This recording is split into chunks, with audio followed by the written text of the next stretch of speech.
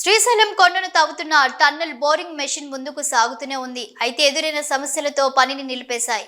SLBC భూగర్భాన్ని తొలిచే ఈ tunnel boring machine సాంకేతిక విజ్ఞానానికి మచ్చుతునక.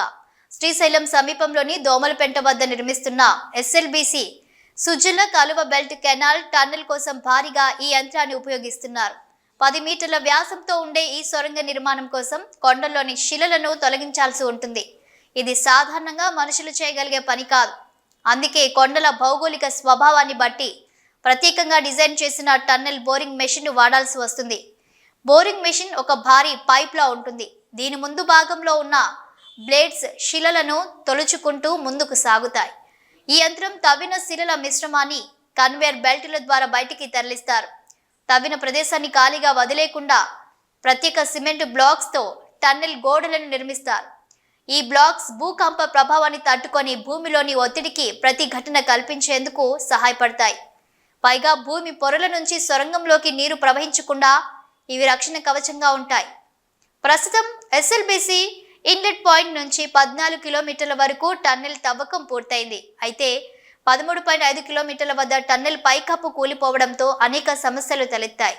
ఈ కారణంగా అక్కడ అమర్చిన పైప్ లైన్లు దెబ్బతిన్నాయి. మరమ్మతులు కొనసాగుతున్నాయి.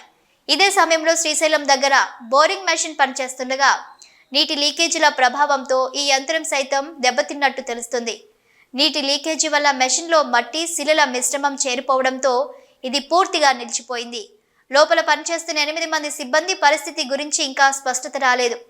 యంత్రాన్ని మరమ్మతు చేసి మళ్లీ టన్నెల్ తవ్వకం కొనసాగించడానికి ఇంజనీర్లు ప్రయత్నిస్తున్నారు. కానీ భారీ నీటి లీకేజీ కారణంగా మరమ్మతు పనులు మరింత కష్టతరంగా మారాయి. ఎస్ఎల్బీసీ టన్నెల్ ప్రాజెక్టు ఎప్పటి నుంచో నత్తనడకన సాగుతుంది. పలు సంవత్సరాలుగా ఆర్థిక మంజూరు ఆలస్యం కావడం, ప్రణాళిక లోపాలు, సరైన సాంకేతిక నిపుణుల వినియోగం లేకపోవడం వల్ల పనులు నెమ్మదించాయి. నీటి లీకేజీలు వంటి ప్రధాన సమస్యలను ముందుగా అంచనా వేయడంలో ప్రభుత్వ యంత్రాంగం విఫలమైంది. ఈ ప్రాజెక్టుకు సంబంధించి గత ప్రభుత్వాలు తీసుకున్న నిర్ణయాలు, నిధుల దివాలా దశ, ఎప్పటికప్పుడు మారుతున్న పనుల షెడ్యూల్ ఇవన్నీ పనుల్లో జాప్యం కలిగించే కారణాలుగా మారాయి.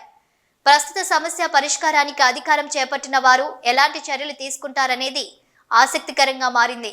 ఇప్పటి వరకు నిర్మించిన టన్నెల్ పూర్తి స్థాయిలో సమర్థంగా పనిచేయాలంటే ముందుగా లీకేజీల సమస్యను పరిష్కరించాలి. పైకప్పు కూలిన ప్రదేశాన్ని మరమ్మతు చేయడంతో పాటు కొత్తగా తవ్వాల్సిన మార్గంలో భూగర్భ స్థితిగతులను పూర్తిగా అంచనా వేసి బోరింగ్ యంత్రాన్ని మరింత ఆధునాతనంగా తీర్చిదిద్దాల్సిన అవసరం ఉంది. ఇంజనీర్లు ఇప్పుడు నీటి ప్రవాహాన్ని నియంత్రించేందుకు కొత్త మార్గాలను అన్వేషిస్తున్నారు.